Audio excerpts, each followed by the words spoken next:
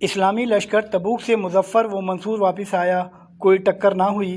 اللہ جنگ کے معاملے میں مومنین کے لیے کافی ہوا، البتہ راستے میں ایک جگہ ایک گھاٹی کے پاس 12 منافقین نے نبی صلی اللہ علیہ وآلہ وسلم کو قتل کرنے کی کوشش کی۔ اس وقت آپ صلی اللہ علیہ وآلہ وسلم اس گھاٹی سے گزر رہے تھے اور آپ صلی اللہ علیہ وآلہ وسلم کے ساتھ صرف حضرت عمار رضی اللہ عنہ تھے جو اونٹنی کی نکیل تھامے ہوئے تھے، اور حضرت حذیفہ بن یمان تھے جو اونٹنی ہانک رہے تھے۔ باقی صحابہ کرام دور وادی کے نشیب سے گزر رہے تھے، اس لیے منافقین نے اس موقع کو اپنے ناپاک مقصد کے لیے غنیمت جانا اور آپ کی طرف قدم بڑھایا۔ ادھر آپ صلی اللہ علیہ وآلہ وسلم اور آپ صلی اللہ علیہ وسلم کے دونوں ساتھی حسب معمول راستہ طے کر رہے تھے کہ پیچھے سے ان منافقین کے قدموں کی چاپیں سنائی دیں۔ ان سب نے اپنے چہروں پر ڈھاٹا باندھا ہوا تھا اور اب آپ پر تقریباً چڑھ ہی آئے تھے کہ آپ صلی اللہ علیہ وآلہ وسلم نے حضرت حذیفہ کو ان کی جانب بھیجا۔ انہوں نے ان کے سواروں کے چہروں پر اپنی ایک ڈھال سے ضرب لگانی شروع کی، جس سے اللہ نے انہیں مروب کر دیا اور وہ تیزی سے بھاگ کر لوگوں میں جا ملے۔ اس کے بعد رسول اللہ نے ان کے نام بتائے اور ان کے ارادے سے باخبر کیا، اس لیے حضرت حذیفہ کو رسول اللہ صلی اللہ علیہ وآلہ وسلم کا رازدان کہا جاتا ہے۔ اس واقعے سے متعلق یہ ارشاد نازل ہوا کہ انہوں نے اس کام کا قصد کیا جسے وہ پا نہ سکے۔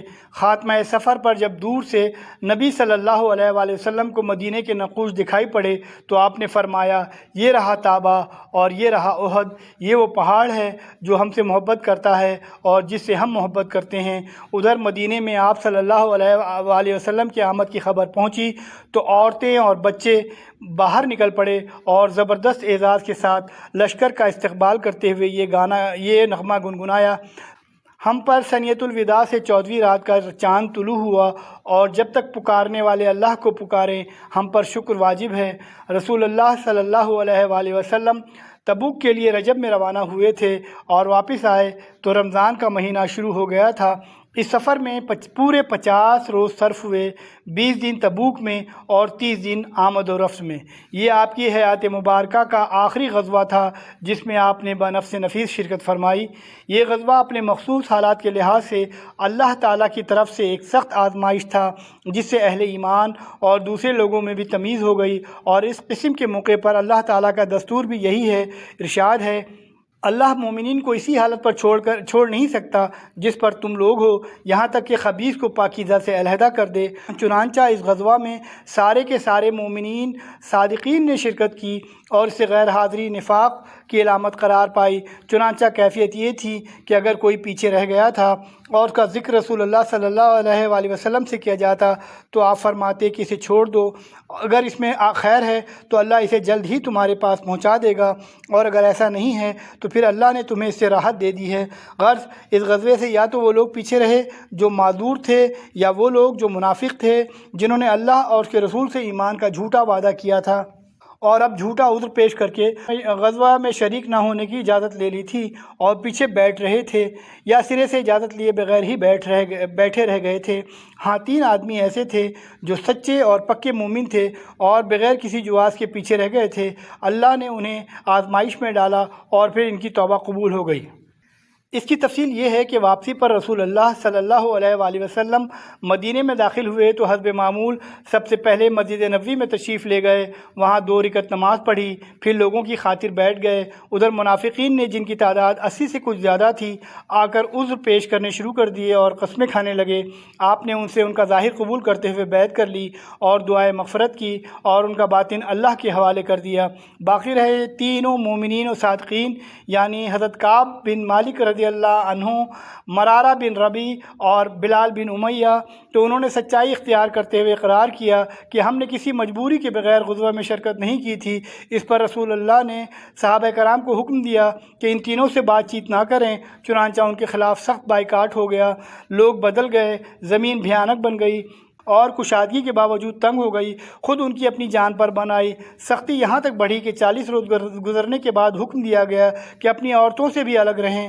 جب بائیکاٹ پر 50 روز پورے ہو گئے تو اللہ نے ان کی توبہ قبول کیے جانے کا مژدہ نازل کیا اور اللہ نے ان تینوں آدمیوں کی دعا بھی قبول کی جن کا معاملہ مؤخر کر دیا گیا تھا، یہاں تک کہ جب زمین اپنی کشادگی کے باوجود ان پر تنگ ہو گئی اور ان کی جان بھی ان پر تنگ ہو گئی، اور انہیں یقین کر لیا کہ اللہ سے بھاگ کر کوئی جائے پناہ نہیں مگر اسی کی طرف، پھر ان پر رجوع کرتا ہوا تاکہ وہ توبہ کریں۔ یقیناً اللہ توبہ قبول کرنے والا رحیم ہے۔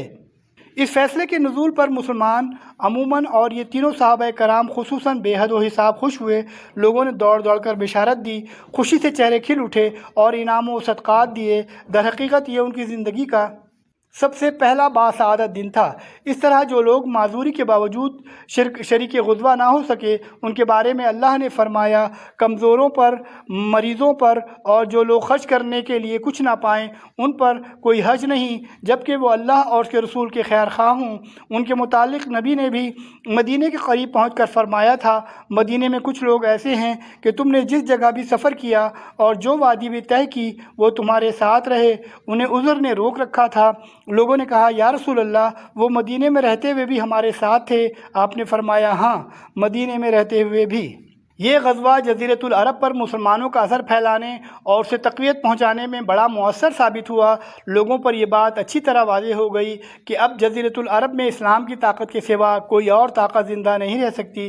اس طرح جاہلین اور منافقین کی وہ بچی کھچی آرزوئیں اور امید بھی ختم ہو گئیں جو مسلمانوں کے خلاف گردش زمانے کے انتظار میں ان کے نہا خانہ دل میں پنہاں تھیں، کیونکہ ان کی ساری امیدوں اور آرزوؤں کا محور رومی طاقت تھی اور اسی غزوے میں اس کا بھی بھرم کھل گیا تھا۔ اس لیے ان حضرات کے حوصلے بھی ٹوٹ گئے اور انہوں نے یہ امر واقعے کے سامنے سپر ڈال دی کہ اب اس سے بھاگنے اور چھٹکارا پانے کی کوئی راہ ہی نہیں رہ گئی تھی، اور اسی صورتحال کی بنا پر اب اس کی بھی ضرورت نہیں رہ گئی تھی کہ مسلمان منافقین کے ساتھ رفق و نرمی کا معاملہ اختیار کریں۔ لہذا اللہ نے ان کے خلاف سخت رویہ اختیار کرنے کا حکم صادر فرمایا، یہاں تک کہ ان کے صدقے قبول کرنے، ان کی نماز جنازہ پڑھنے اور ان کے لیے دعائے مغفرت کرنے اور ان کی قبروں پر کھڑے ہونے سے روک دیا، اور انہیں مسجد کے نام پر سازش اور دسیسہ کاری کا جو گھونسلہ تیار کیا تھا اسے ڈھا دینے کا حکم دیا۔ پھر ان کے بارے میں ایسی آیات نازل فرمائیں کہ وہ بالکل ننگے ہو گئے اور انہیں پہچاننے میں کوئی ابہام نہ رہا۔ گویا اہل مدینہ کے لیے ان آیات نے ان منافقین پر انگلیاں رکھ دیں۔ اس غزوے کے اثرات کا اندازہ اس سے بھی کیا جا سکتا ہے کہ فتح مکہ کے بعد عرب کے وفود اگرچہ رسول اللہ کی خدمت میں آنا شروع ہو گئے تھے لیکن ان کی بھرمار اس غزوے کے بعد ہی ہوئی۔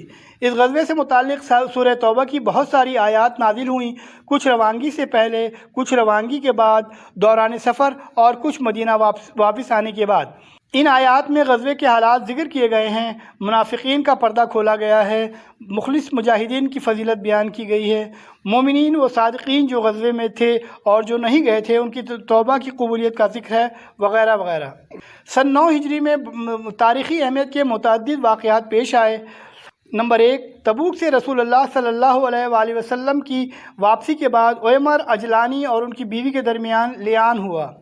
نمبر 2، غامدیہ عورت کو جس نے آپ کی خدمت میں حاضر ہو کر بدکاری کا اقرار کیا تھا رجم کیا گیا۔ اس عورت نے بچے کی پیدائش کے بعد جب دودھ چھڑا لیا تب اسے رجم کیا گیا۔ نمبر 3، نجاشی شاہ حبشہ نے وفات پائی اور رسول اللہ نے اس کی غائبانہ نماز جنازہ پڑھی۔